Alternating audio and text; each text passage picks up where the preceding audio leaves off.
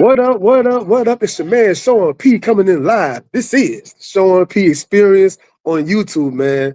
Always, I have another very, very special guest, an amazing historian, and a scholar, and a writer. And I'm so excited that she came to my show to be a part of her book tour. It's about to go on real quick.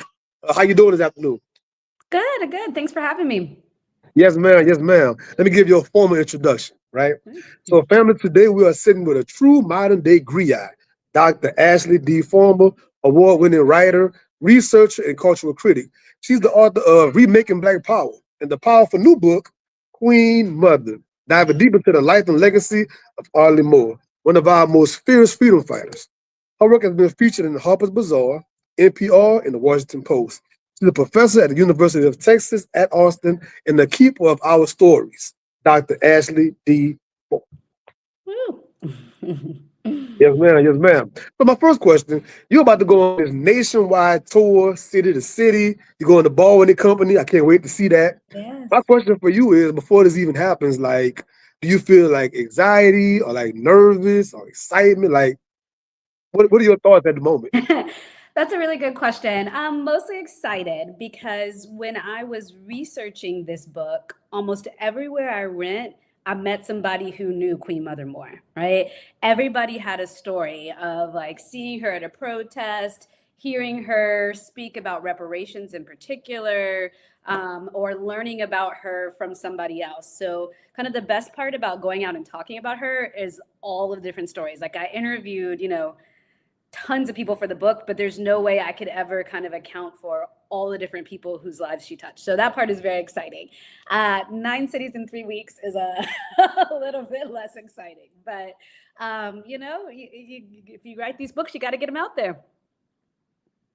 Yes, ma'am. Yes, ma'am. You mentioned in the book you first dreamed about writing this book like in 2008. So my Hmm. question is, what was your first spark that brought her story to you? And the second thing is, what keeps one thought burning that long? That's a great question. So my first book is called Remaking.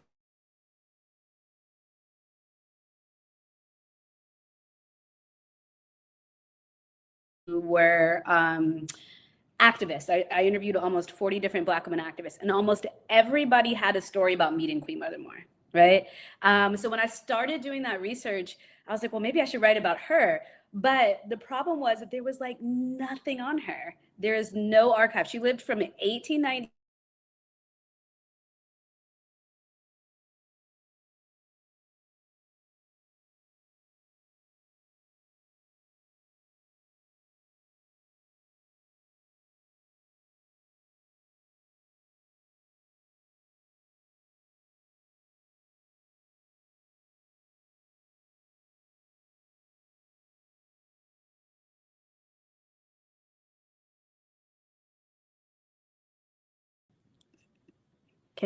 Did I go away for a second?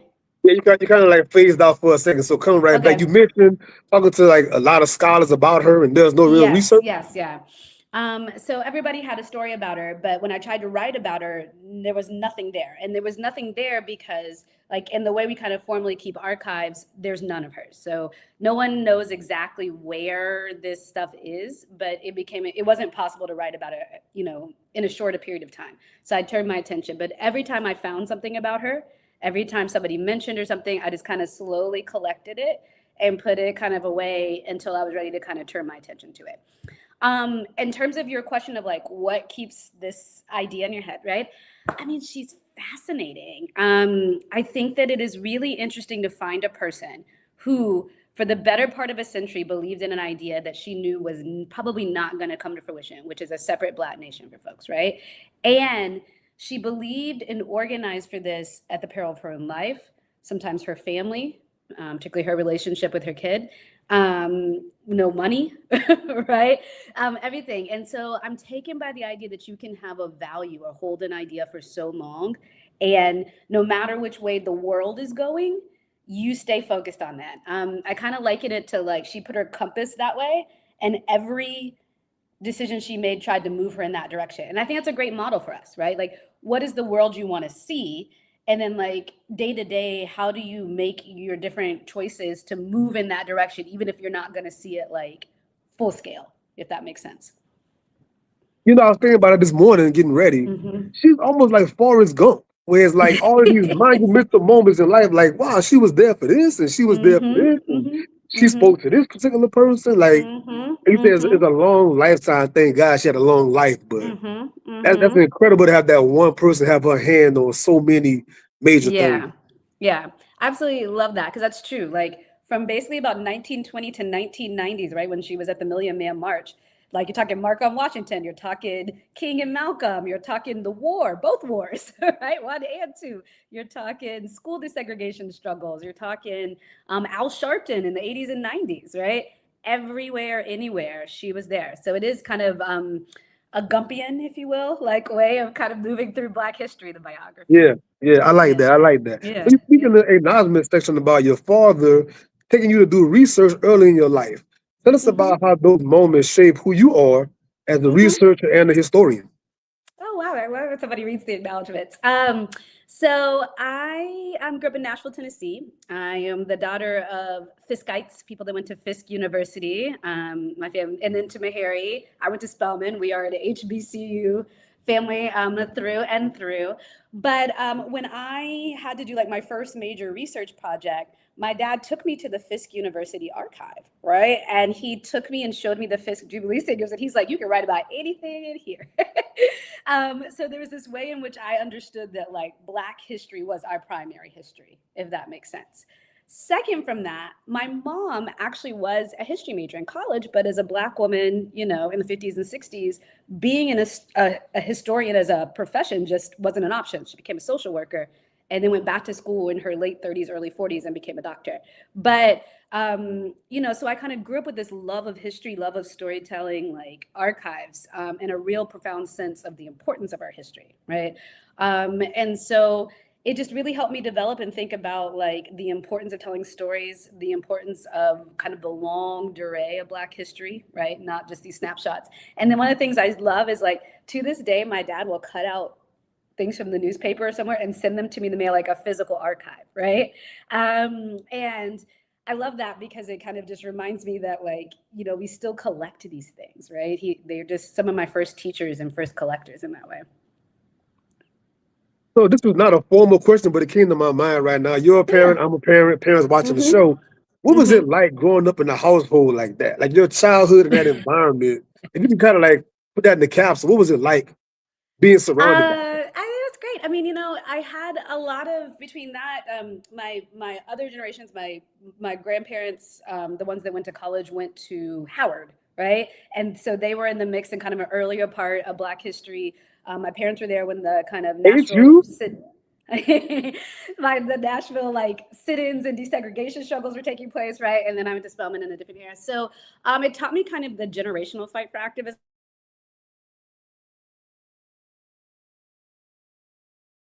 Like I learned about things like slavery and stuff very early, maybe too early, but such is life, right?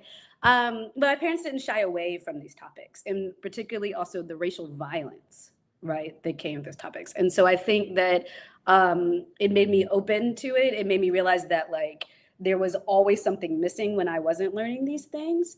And I would say that like to be a historian is to somewhat be kind of like conspiratorial in a way. Like you're sure something's out there, you're sure you're missing something, right? And in Black history, especially because so much isn't told, you're like, I know there's stuff out here. And so when I'm talking about more, right, like most people, I guess, would say, oh, well, there's nothing collected. There's nothing to say here, right? But I think my growing up in a household where like I was told there was an alternate history, where I was sure there was something else there, where there was always another part of the story, helped me be like, there's got to be another part of the story here, right? Yes, ma'am. Yes, ma'am. Thank you for that little sidebar conversation. Yeah. Um, so you did years and years of hard research, and I noticed this trend having so many guests on the show recently about Black women, Mm-hmm. powerful Mm-hmm. Black women. It's always the same conversation about how hard it is to find documents, how hard it is to find records on Mm-hmm. these ladies versus men. So tell us, Mm-hmm. what was it like researching this particular book? So this is what's really interesting about Moore and a lot of the Black women radicals that I study. The most complete accounting of their life is usually their FBI file, right? The FBI through the Man, that's crazy. COINTELPRO operation followed Queen Mother Moore for the better part of 50 years, from the 30s through the late 70s, right? And so, believe it or not, and we can talk some more about kind of like the ethics and the mind meld that you've got to do this. But like when I was trying to just kind of lay it out, one of the very first things I went to was her FBI file, because they had an agent almost every day following her. And in addition to that, right, they also cut out all of the newspaper articles that featured her for that day and pasted them into the FBI file. Sometimes they took pictures of her, right, and put it in the FBI file. Oh, wait a minute. Wait a minute. Yeah. Yeah. So they voluntarily help you out, right? Like, great. So Like, it's I mean, you have to read it with a grain of salt, because obviously they're trying to entrap her, right? But it kind of becomes a mini archive in itself. And there's even moments that I talk about in the book as well, where she goes down to the FBI office, and she has a conversation with the FBI agents because she knows she's following them, right? And they're following her, sorry. And so there you get basically kind of an oral history in that way, right? So that's where I started. And then from there, you have to work backwards. One of the things that's really interesting about Queen Mother Moore is that she grew up in New Iberia, right? In Iberia Parish, Louisiana, yeah, before moving to New Orleans. So, the Louisiana Parish record system is a beast within itself. Little known fact about me, in college, I was a French and Spanish major. I don't really do that much with it now, but that came in very handy when I needed to read parish records in French and Spanish, and Catholic church records in French and Spanish in Louisiana. So, I want you to imagine me driving from basically parish county courthouse to parish county courthouse, sitting in their basements, pulling out land deeds, plantation deeds, all of this stuff, all in either French or Spanish. And that's where I had to start to learn about her life, and then going to the Catholic Church. And then from there, you piece it together as we move into like the 20th century. so I love to ask this question for my historians. I know you did all these years. It all came into this book. The book would be like a 1,000 pages, right? So tell me something that's not in the book that you wish, like, I wish I could have put this in the book. I wish I could have fit it. That's a great question. Like, I heard a lot of stories about just one, how funny she was. Like, you know what I mean? Like, and I had a little bit in there, but with all the interviews, you have so many great stories where like they're not political, they're not moving like the kind of story forward, but she just said wild things. And some of them, I left out because, other people asked me to. Some of it is just wouldn't fit. But I think you get a little taste of it, but I wish you got more of that history. The other thing is she had two sisters with whom she organized with for most of her life. Her parents died when she was in her late teens, and she was the oldest of three. And they kind of navigated the world as kind of this trio of really radical activists. Like, there's not as much on either one of them, but they deserve kind of their whole due themselves. But the book was on her. But I wish I was able to talk a little bit more about kind of that relationship of what it was like to be organizing as this trio of kind of sisters throughout the 20th century. So I love to ask this as well. Like, you have these things. Are you like going to like do something else with it, like something additional, or is it like pretty much like it's on the cutting room floor? Yeah, whatever. Yeah, that's a great question. So academics sometimes turn them into like kind of academic journal articles. I hope to write some more about like what it was like to be trapped by the FBI that long, and kind of the ethics around what I did, right? Like, what does it mean to kind of pull these things out and, talk about them and use somebody's FBI file to do this work? On the one hand, it gives us her life. On the other hand, like, I'm using the same things that the state was trying to use against her to illuminate her life, right? It's complicated. It's messy. I'm still parsing through, I try to do it as ethically as possible. But I'd love to just kind of muse a little bit more in kind of popular writing about the FBI file, what it means to like really resurrect somebody's life from like the position of the state, Wow, that's deep. That's deep. That could be a title right there. But there's another state. Write that down. That was real good. Yeah. Time for a little light moment. You were here in the area, as you said, New Iberia, Louisiana, all over the parishes near. What was the best dish that you enjoyed when you was here? What was some of the best food you had in this area? Oh my gosh, that's a great question. I had really good fried catfish. I had and so just to give a little bit of background, so I've come to New Iberia 3 or 4 times. My most recent time, though, was actually bringing down Queen Mother Moore's family for the first time. So she has a son that's in his 90s, and she has 3 granddaughters, some of whom are going to be on tour with me. And none of them had ever been to New Iberia. But I came because they were putting up an historical marker to to Queen Mother Moore in New Iberia, with the Iberia African American Historical Association, Phoebe Hayes, who really worked hard on that. So it was really cool to just like let them see that space. Like they never seen Main Street, they never seen, the river, any of that, right? Because she went to New Orleans. And then when she came back to Louisiana, she was primarily New Orleans, but New Iberia really shaped her life and her family's life. So it was important just to do the records there, but also just to see what it's like. And then that space, one of the things that is always very memorable to me is the drive from New Iberia to Jeanerette.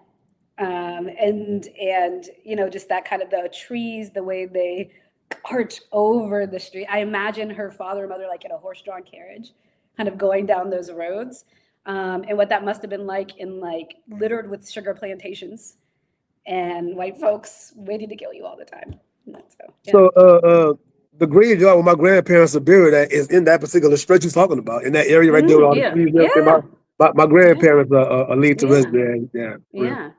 I mean, it's such a place of rich history. And then I was reading Tina Knowles' Matriarch. I don't know if you've read this book yet, but and Beyonce's mother, her biography. And they had the Weeks family plantation too. They were in the Weeks and Avery Island and all that stuff. That's where their larger family is from as well. So it's like, people don't know how many like really famous people came out of the New Iberia, Jeanerette, Avery Island kind of area. She just did it right there. My whole time doing this show for years, I never said some of these cities on air. Jeanerette, Louisiana, New Iberia, Louisiana. People only know, of course, New Orleans, maybe Baton Rouge, maybe Lafayette, but Jeanerette, population probably 5,000-6,000. New Iberia is not a big place. You mentioned St. Martin. You mentioned St. Martin Parish in the book. I live in St. Martin Parish as we speak. I'm in St. Martin Parish, St. Mary Parish, all these surrounding areas. Like, as I was reading the book for the audience, I was emailing her so much. I was just so scared that I didn't want to blow her up. But I'm like, oh, this, oh, that, man. And then the last name Moore, my great-grandfather, my great-grandmother, they were part of the Moors in the Jeanerette area. So I was connected so many dots with that, calling my mom on the phone, like, Mom, what about this and that? We're doing our own archival search. Family, trying to connect the dots, Good. And you know what is, just to put in a plug for the local library there and the library in New Orleans, because, this kind of genealogical research is really hard. I lived in New Orleans during the summer when I wasn't teaching, and, I would drive from, place to place. Sometimes I'd be in New Iberia, St. Martin, what have you. And every place the librarians sat down and helped me kind of figure out the genealogy of the place, right? And on Saturday mornings, they had lessons in how to do it. And so it was, just because also New Orleans is so particular because it changed over from French, Spanish, American, and then the Catholic Church, and right. So just a plug for if people are doing that kind of work in the area, they were like a godsend to figuring out how to navigate all this. Now, this is good. You have a non-biased opinion. It's this age-old debate between the best food between New Orleans and the 337, this area right here. Where is the official best food? Tell the people. Oh no, I feel like I have to say St. Martin because you're gonna kick me off. Everybody, New Orleans is great, but going to some of these restaurants have been around, right, for generations. And you sit there and you really eat like the family recipes, and so I really encourage, fascinating places. And and also want to put a plug in New Iberia, there's now like an actual center you can go to and study African American history. In the top floor of the Shadows of the Touch. And so, they have actual records and stuff. So it's a great kind of place to go and visit. It's funny because a lot of my out-of-state friends, they come down, of course, for Essence Fest, the Jazz Fest, or whatever. And of course, the food is the thing and the touristy thing, but like as they're eating the food, and it's cool, I'm not dissing it, but I'm there's something way better, like an hour and a half down the highway. That'll blow you out the water. But this is okay. Yes. So full plug for visiting the lesser known places because rich with history, really incredible community history work going on there, right? The communities are doing the great work, like I talked about with putting up the marker of preserving their own histories and creating spaces to learn about Black folks from slavery to the present. Got good food. They have really, like, I always stay in the same little place in New Iberia, really cute little boutique, like hotels and stuff. It's you know, it's a little vibe over there. It's a vibe. It's a vibe, It's a right? little So, vibe, yeah. tell us early in the book, you give us a great story of Audley Moore, like her parents and where they come from, and like the things that they did and what they owned at that time frame when she was a little girl. Tell us some of that background on her family.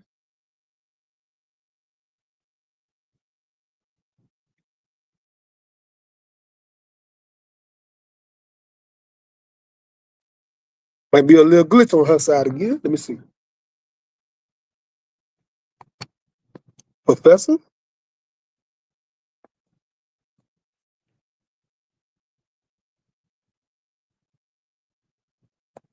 Give us 1 second, audience.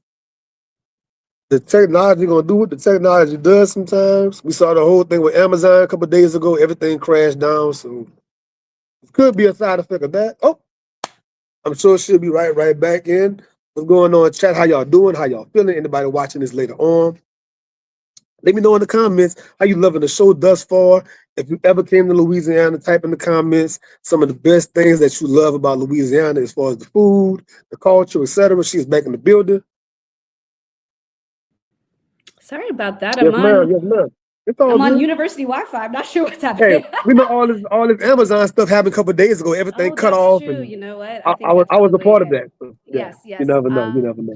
Yes. So you were asking me about Her research. her Oh, her her, par- family in New yeah, Iberia. her parents. Yeah, yeah. Yeah. Her parents. So yeah, her life is really interesting because she actually would have been considered kind of a Creole, right? Her dad, we think, was a slave on a local sugar plantation, but was his dad was a slave owner. His mom was a slave. Her mom seems to have been freed from several generations, so like a free Black person of color, a free Creole, and they end up kind of meeting in New Iberia. They have a large age difference. Her dad is much older, but because of this, he's really established by the time Audley Moore comes into the world. So she grows up in kind of a relatively nice childhood, a privileged childhood for a Black girl in like late 1800s, early 1900s. They own a home. Her father owns his own business. He has lumber, which was very popular trade in New Iberia. He owns property. He owns like a horse stable where he transferred stuff back and forth. And when he moves them to New Orleans, they live in their own home. Her mother doesn't work, and she goes to a Black Catholic school taught by Black nuns for a while. And they are part of basically kind of high society for Black and Creole folks in New Orleans. And so she even says herself that she was being raised to what she calls a bourgeois little stinker, right? Somebody that was, kind of going to look down upon the masses and was very classist. But her mom died, and then her father died, and she was plunged basically into poverty. She was kicked out of her house, and she had to take her and her sisters with her and work. So it was like one of the things that's really interesting with her is that like she was destined really for a whole different life, one where she would have never been the activist that we knew, but misfortune kind of opened her eyes to misfortune kind of more broadly for Black people, and that's when she kind of became committed to struggle. So tell us about her connection to Marcus Garvey when she first met Marcus Garvey. It's an incredible story. Give us a little bit about her and meeting Marcus Garvey. Yes, this is one of my favorite stories in the book. Okay, so I want you to imagine she's basically working as a domestic worker. So she's cleaning white women's homes by day. She meets a man from Jamaica, where Marcus Garvey is from, named Josiah Spraggs, and that's where she kind of starts to hear about Garvey. But everything changes when Garvey comes to New Orleans in the early 1920s, right? So I want you to imagine like this he came to the Longshoremen's Club, or Longshoremen's house. And so it's like a two-story house. It's a big meeting house for those who work at the docks, but also just community organizing, right? And she says, this is what she says. She has a gun in her bra, and then another one in her pocketbook, and then her husband is carrying like a suitcase of bullets, right? And they're all coming to hear Garvey speak. Now, why is everybody armed and everybody in the place is armed? Is because Garvey was supposed to speak the night before, but the police arrested him. And why did they arrest him? They were fearful of his message. and how many people he was drawing, because in New Orleans had the biggest chapter of Garveyites in the South. We're talking thousands of folks, right? All right, so they get him out of jail and he's coming in the night. And so the police are lining the place. Everybody's sitting in on the benches. Everybody's packing. Everybody's nervous, right? The police gonna pop off, or the black folks gonna pop off. And Garvey comes bounding in and he's like, my friends, I'm so excited to see you. You know, he's a master orator. And the police jump up and say they're going to arrest him again. And then she says what happens is that all the black folks jump up in unison, pull out their guns and yell, speak, Garvey, speak. Speak, Garvey, speak, right? And the police are so afraid of this kind of show of armed self-defense that they leave and let Garvey speak because they don't want none of the smoke, right?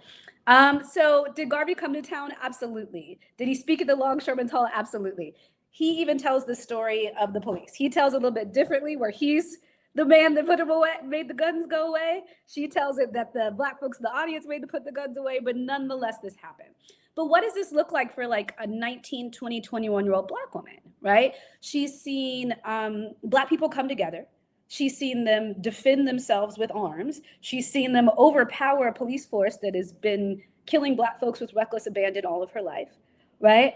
And then she sits down and hears this message for the first time about how she's descended from kings and queens, how her skin is beautiful, how we need to all band together, that there's black people all over the world that are working for a better place for them. And she's transformed in that moment. She says that like this analysis he had of the world was, everything clicked for her. And so she joins the UNIA, his organization, but even after it's gone, she really is the person that kind of carries Garvey's ideals well into, you know, almost the year 2000.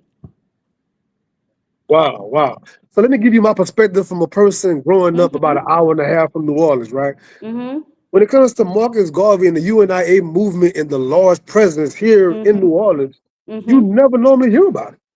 Yeah. You never hear about that. You always hear about, of course, the East Coast, right? All the New York stuff, all the, you know, other parts of it, even the Nation of Islam, 5% Nation. You can go on these different black movements. You never hear about the involvement and how large it was in the South. And why do you think that is, based on your research? I think it's a question. So I want to pub up a great book called Grassroots Garveyism, which is all about, it's an older book, but it's fantastic. It's all about Garveyism in the South. So Alabama, Louisiana, et cetera, if anybody wants to know more.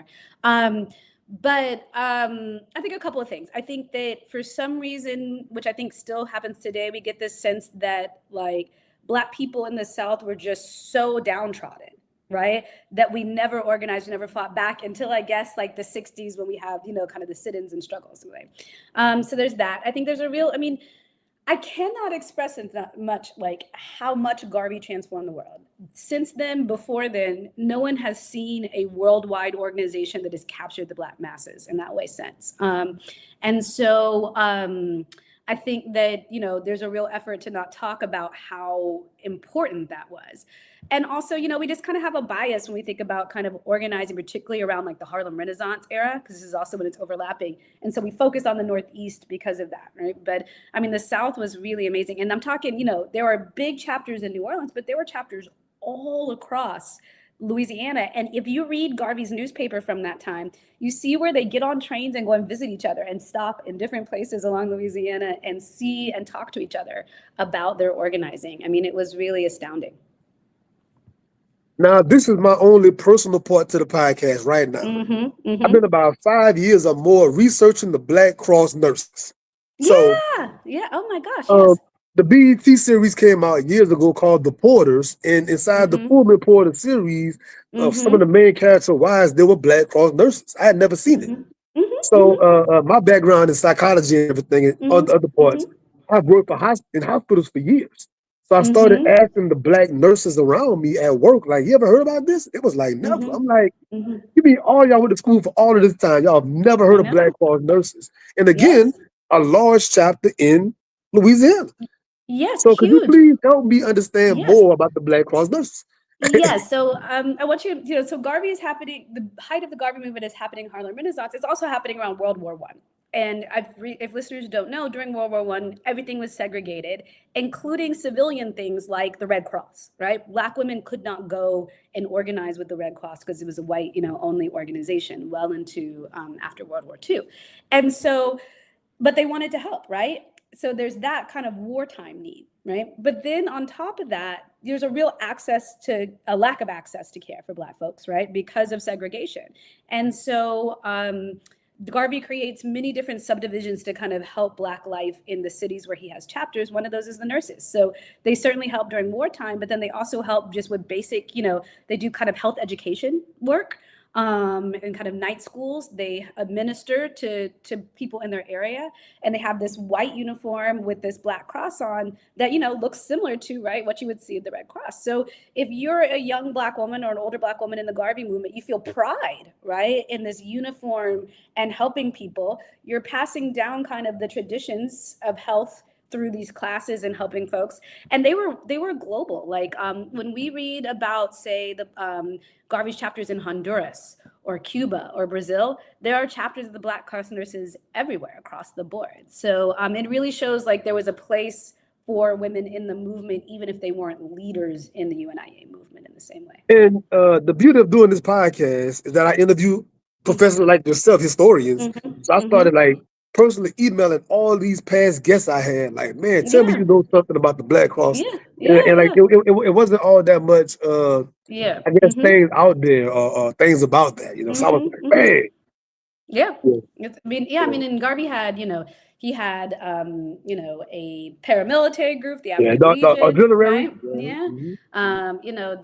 There were night schools. There was a choir, right? I mean, it was a full, sometimes there were storefronts to help feed people depending on where they were, right?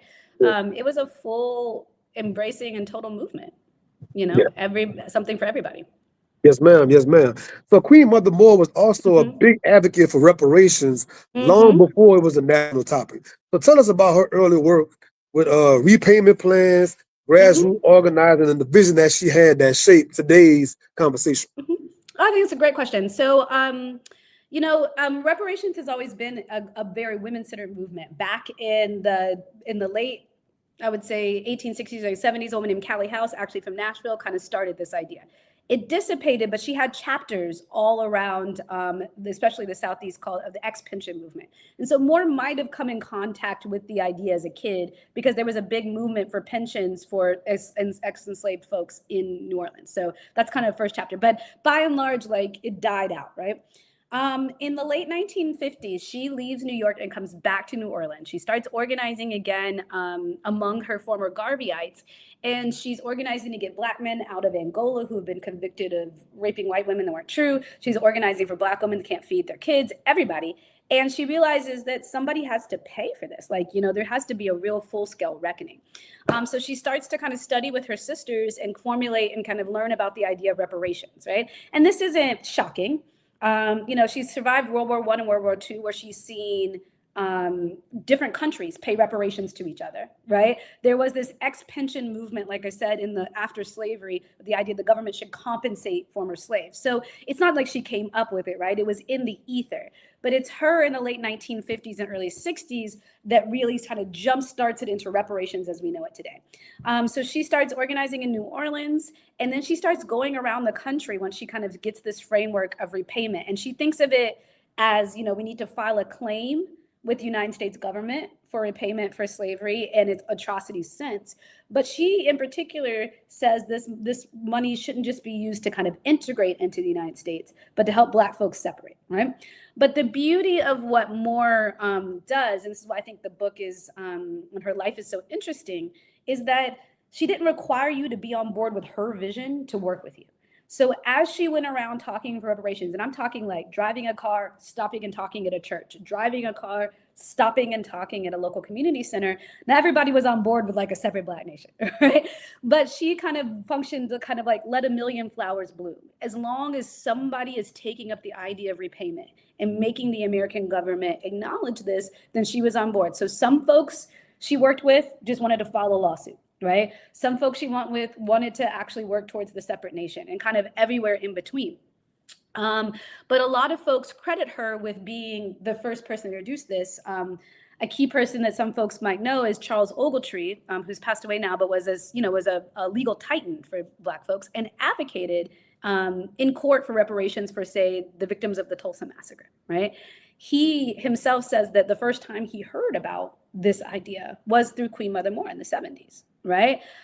So if you think about, something that's in the ether and now in most state houses, and there's, we talk about it like everybody knows what it is, but that is a large part her work at the time, which was very fringe, right? People were like, what are you talking about? Ooh, no, right? But she kept bringing it up. She kept bringing it into circles from the 50s through the 90s. And it kind of spread throughout the ether and has become the movement that we know it as today. Yes, ma'am. Yes, ma'am. Something that was interesting to me in the book, because of course she lived a long life, which is a blessing.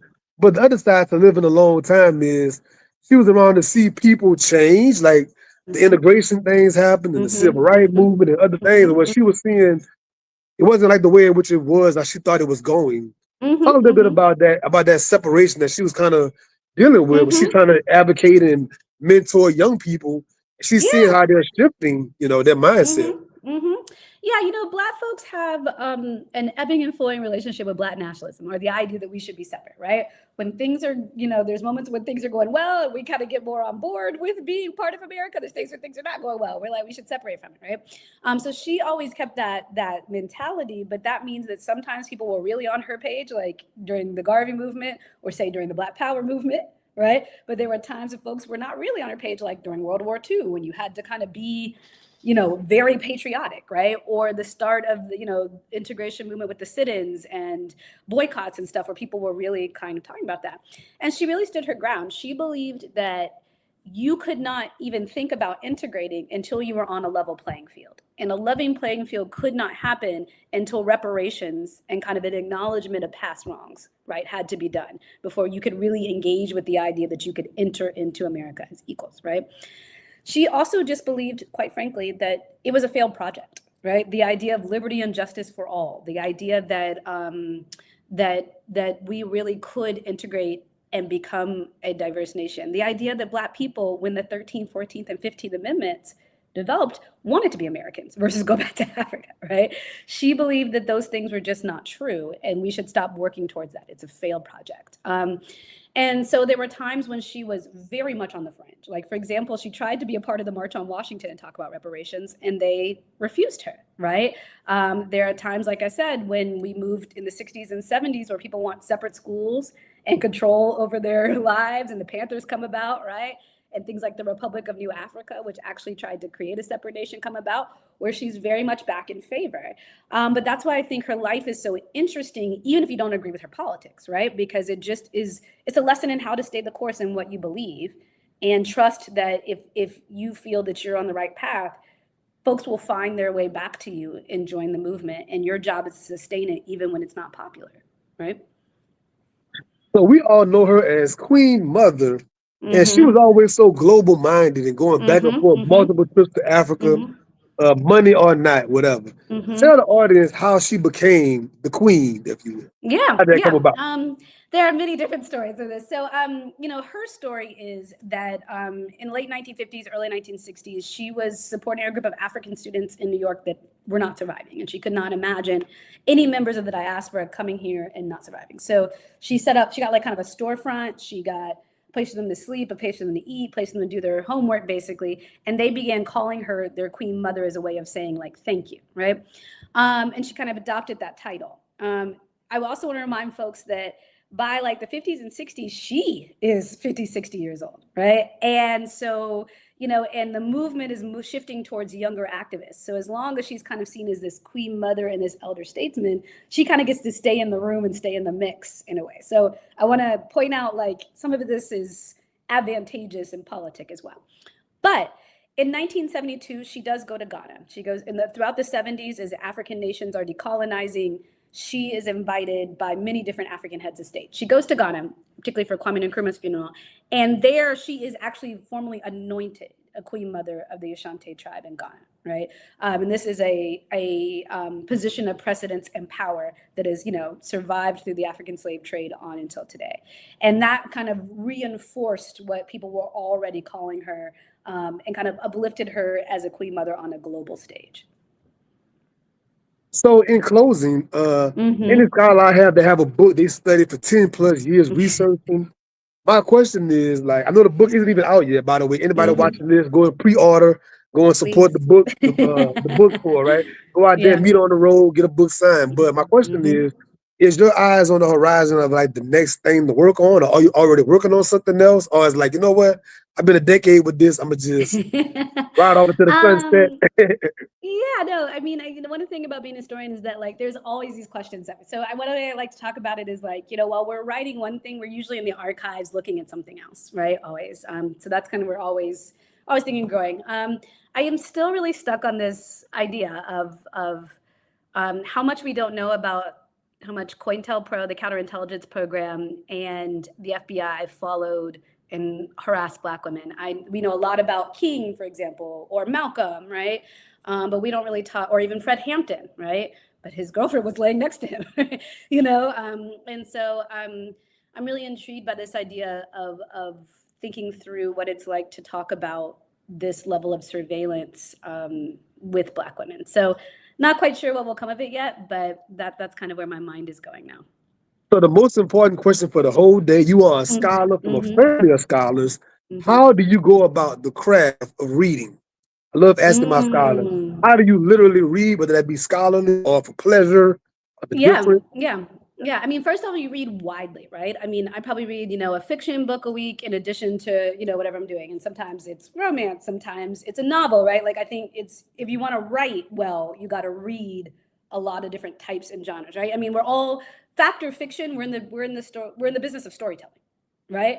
And my storytelling is true, but I want to bring you in and engross you, in a way that requires me to be a student of a lot of times how people write fiction more so than kind of academic writing. When I'm reading like a scholarly book, right, an academic book, I try to think of reading it for just content, like what new stuff does it tell me? I think about like how they organize this information. Like sometimes people will present and something that I think I know in a totally different way or in a totally different timeline or focus on a totally different group, and it will blow my mind. So like I think about like how you organize the information you give, and then I look at their footnotes, I look at their research, and think about where they've been, and also key to critical thinking, does it match up? Right? Like what kind of evidence would make me believe what this person was saying? And when I flip to the back of the book, is that evidence there? Because sometimes people be saying stuff and citing stuff, and the math is not mathing. And then finally, I usually like just kind of I have like a writing journal. I keep a thing of like new ideas it generates in me. Like a good book, fiction, scholarly, otherwise, should have your mind firing on cylinders. Like, oh, I could tell the story like this. Oh, I need to go look up that, right? So I just kind of keep a thing. So it's kind of like content, organization, research, and then just like what new ideas does it excite me from that?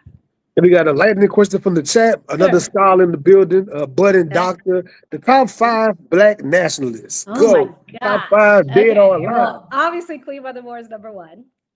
I'm gonna put May Mallory at number two. A lot of folks don't know about May Mallory, but she was a full-time G, right? I'm gonna hit you with a third one you may not know about, but you'll learn a little bit more in the book. A woman named Virginia Collins, who organized in New Orleans mostly with Queen Mother Moore, was a part of organizations, was part of the Republic of New Africa, game-changing one, right? Gosh, let me think. I mean, Malcolm has always got to make the list, right? I mean, that's a win.